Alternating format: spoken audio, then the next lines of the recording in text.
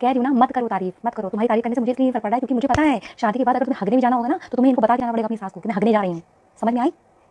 समझा रही हूँ, समझ में नहीं आ रहा है कि शादी के बाद सब बदल जाता है। ठीक है, तुम्हें अगर किचन में एक चीनी भी फाकनी है ना तो तुम्हें सास को बताना पड़ेगा कि मैं चीनी, बल्कि बताना छोड़ो, तुम्हें उनसे पूछना पड़ेगा कि मम्मी जी क्या मैं एक चम्मच चीनी खा सकती हूँ किचन में?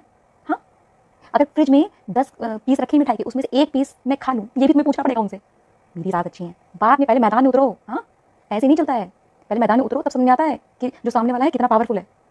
बिना लड़ाई लड़े तो इंसान कहीं देगा सामने वाला अच्छा है। मैदान में उतरो अखाड़े में, तब समझ आए।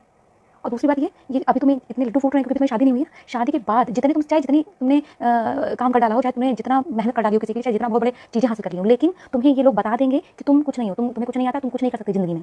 तो अपने आप को इस तरीके से रेडी करो, समझी मैडम? चलो रखो फ़ोन, बाय। बढ़िया।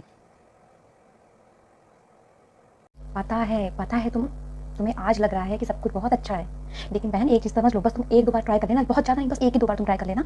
तुम एक बार बिना पैर छुए घर से बाहर निकल जाना, कहीं 5 मिनट तक कहीं दुकान तक चले जाना बिना घर से पैर छुए। उसके बाद देखो तुमको कितना सुनने को मिलता है कि पैर नहीं छुआ, फलाना नहीं किया, ढिमका नहीं किया। और अगर तुम धोखे से पति के साथ मार्केट चली गई ना, ठीक है, बिना बताए और बिना उनकी परमिशन लिए, फिर तो भाई साहब आतंक है, भूकंप आएगा, भूकंप। तुम सोच भी नहीं पाओगी। ठीक है, ये सब मैं तुम्हें इसलिए बता रही हूँ कि अपने को इन सब चीज़ों को प्रिपेयर कर लो। समझ में आया? ज़्यादा आगे आगे मत बोलना शादी के बाद कि मम्मी जी मुझे बड़ा खराब लग रहा है कि आप काम कर रही हैं। ठीक है, अपना टाइम लेना शादी के बाद, ये नहीं कि दूसरे दिन से किचन में लगी हैं। बता रही हूँ इसलिए क्योंकि तुम्हारे लिए ज़रूरी है ये।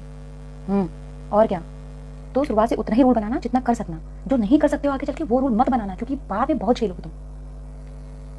हाँ, और पल्लू के लिए भाई साहब अवेयर रहना। ठीक है, पल्लू तो तुम्हें करना ही पड़ेगा शुरुआत में। अगर तुम ये सोचो ना कि मिडी स्कर्ट पहन करके टाई टाई घूमो साड़ों की तरह, वो तुम नहीं घूम सकती। समझ में आया?